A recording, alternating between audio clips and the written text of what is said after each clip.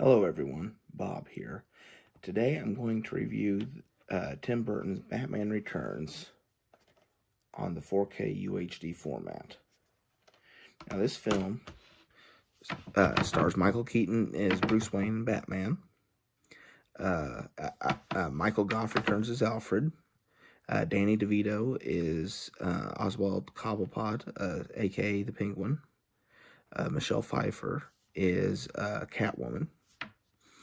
Christopher Walken is in this movie, and as well as many others. Pat Hingle returns as Commissioner Gordon. This film is much darker than Tim Burton's first go-around in the Batman universe, and for lack of a better way to describe it, it's more Tim Burton-y, if you will. It's more whimsical.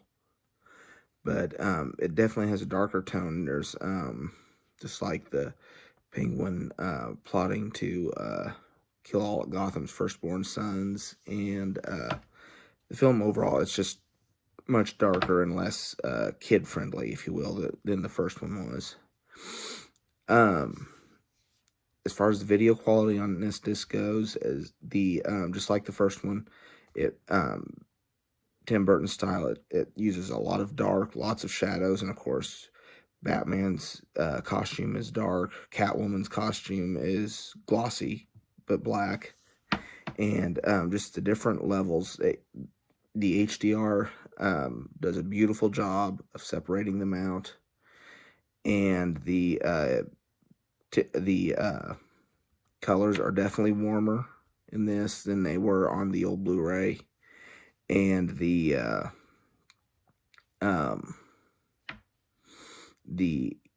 texture and the details are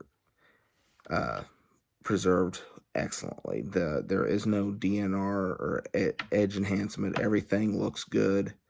This is how this film should look in HD. It looks every bit as good as the first one does. Audio-wise, the Dolby Atmos track is very robust and powerful. Very impressive when the fire comes out of the exhaust of the Batmobile.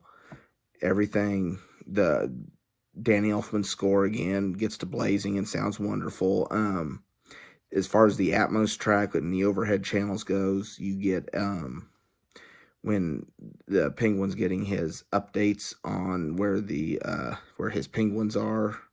There's a woman that's reading them to him. It sounds overhead. Once in a while you get a musical cue or two overhead, but the overhead channels aren't used a lot, but they don't necessarily need to be. It's effective the way it is in keeping the dialogue in the center and most of the stuff in your typical front lefts, sides and rear surrounds, everything. It works well.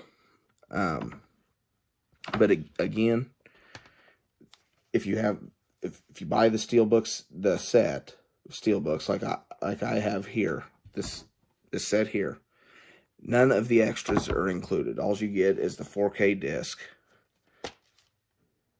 That's all that's in this package. If you want the extras, you either need to buy the standard 4K release, which also includes a Blu-ray which is remastered, or hang on to your old trusty Blu-ray release from about 10 years ago, because it has all the bonus features on it. But video, 10 out of 10. Audio, 9.5 out of 10. Like I say, not a lot going on in the overhead channels, or the height channels, if you will, but it works well. There's no need. It's very robust, very powerful soundtrack anyway.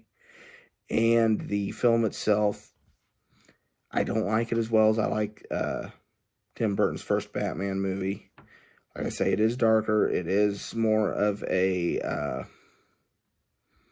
I suppose film's got its own cult following, if you will. But it isn't, like I say, I don't like it as well as I do the first one. But it's still a very enjoyable movie, and it's certainly a lot better than what's to come in terms of Batman Forever and Batman and Robin, but I'll get to those later. So my film score, I'm going to give it a 7 out of 10. Thank you so much for watching. If you enjoyed the content of this video, please consider subscribing to my channel. Follow me on Facebook or Twitter. It's Bob the Film Guy. And thanks for watching. This is Bob, signing off.